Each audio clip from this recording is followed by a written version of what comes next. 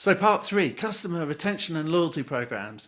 Transform loyal customers into your biggest growth engine in 2025. Boost your profits, build lasting relationships and create sustainable growth without expensive acquisition costs, constant product development or high marketing budgets. Are you ready to turn one-time buyers into lifetime advocates? Today we'll cover how community building can transform your business economics forever. So welcome to this part 3 of this 7 proven growth strategies program for 2025. Topic today, customer retention and loyalty programs. And one of the most important things you can do in business is to win customers and to turn them into regular paying loyal clients, because chances are they'll keep on buying. In this case, your cost of sale reduces and profits increase as you move from seller to supplier. Now, it's a subtle shift, but it can make a big difference to your bottom line, and the sooner you make that shift, the more resilient your business will be.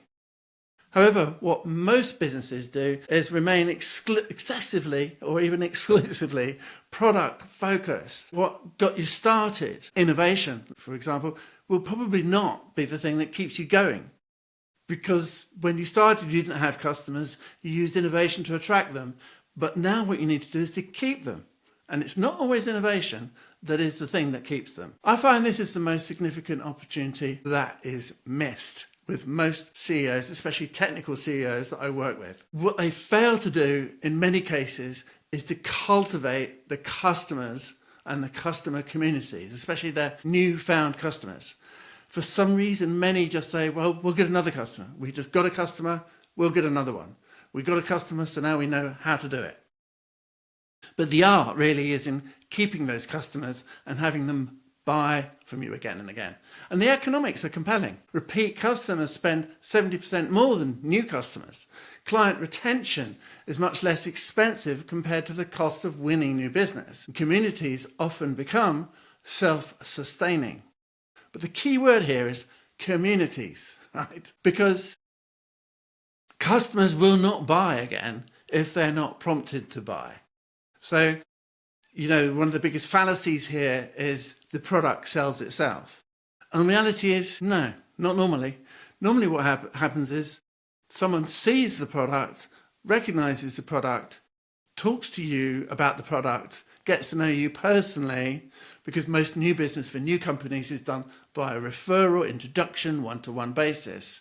It's not the product that's selling it, it's you that are selling the product. Now, the product delivers the goods, ultimately. That's what they're left with when you've left the room. They've still got the product, the software, whatever it is. And they will keep on using that software. But if you put them in with a group of other customers where they can learn from each other, what you find is that community, that group of people, develop a mastermind effect, okay, where they mutually support each other. They talk about the different applications, how they use the product. Plus, they spend time getting to know each other's business, all of which is something that you created for them. You were the focus of this community.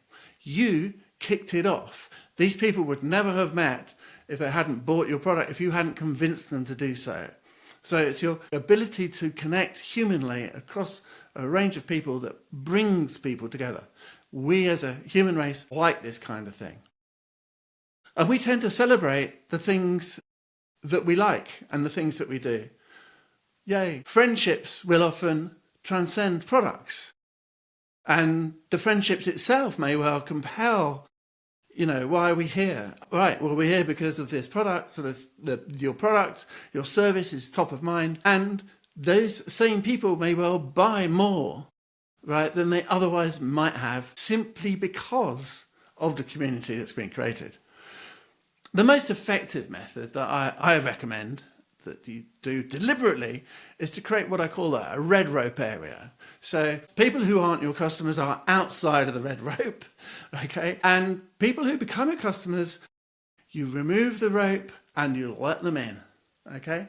And for those people, you offer exclusive perks, connections, inside information, you deliver the goods to them first, you give them pricing advantages if that's an opportunity, you ask them to test stuff, provide feedback. There's a whole batch of communications that you can have. And this can feed so much more into your business and help you develop your business in ways that you might not have thought possible. For instance, I can think of at least one, but I know it's many hundreds of companies have developed this way, if not thousands. But I can think of one very recently, a software as a service business transformed their struggling business, where, they were selling or making 1 or 2 sales. Right? They were happy with the sales that they were getting, but it wasn't really enough. It wasn't even particularly sustainable. They had a business that kind of showed promise. It felt good. They knew they were doing the right thing, but they just weren't selling enough to make it viable.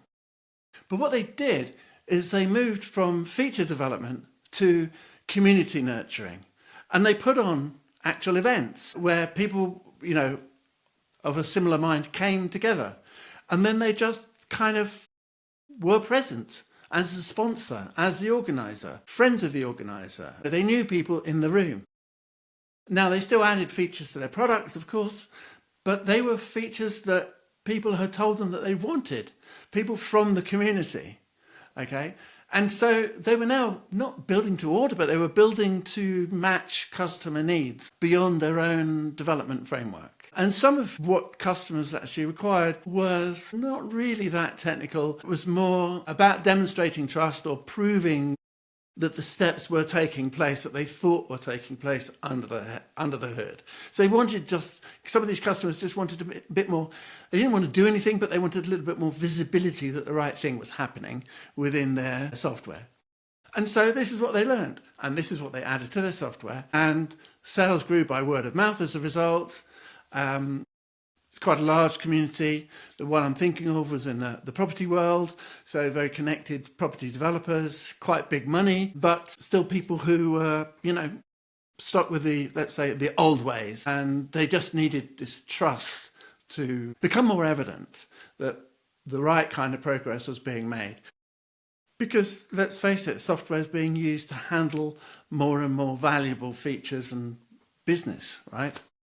Anyway, that's that one. And do not underestimate the power of your community. It could be an online community, it could be a live community, it could be regional, it could be national, it could be international, but those communities exist.